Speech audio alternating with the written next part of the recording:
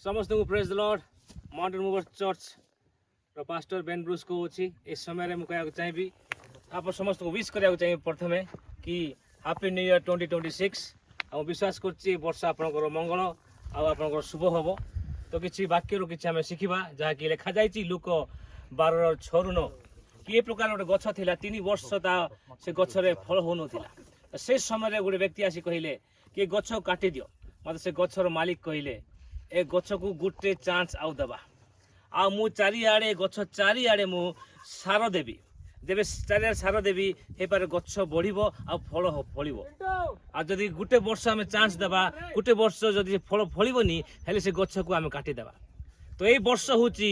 हमें फल फलिबार वर्ष हे पारे आगामी 5 वर्ष आम एत फल फलिनु मत प्रभु कहती ए वर्ष आपण को फल फलिया को हबो प्रभुकर वाक्य रो सार आपण चारिआडे दिया जीवो जो प्रकार आपण माने आक बढ़िबे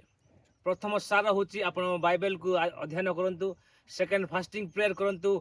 आउ 3 नंबर होची आपण को विश्वास को बढ़ंतु आ 4 नंबर सार होची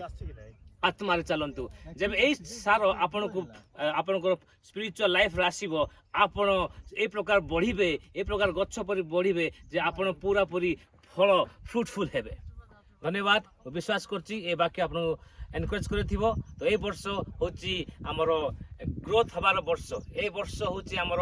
बोले हमें कहया चाहिबी कि हमें डेवलप हबार वर्ष ए वर्ष प्रभु ठारे बढ़िबार वर्ष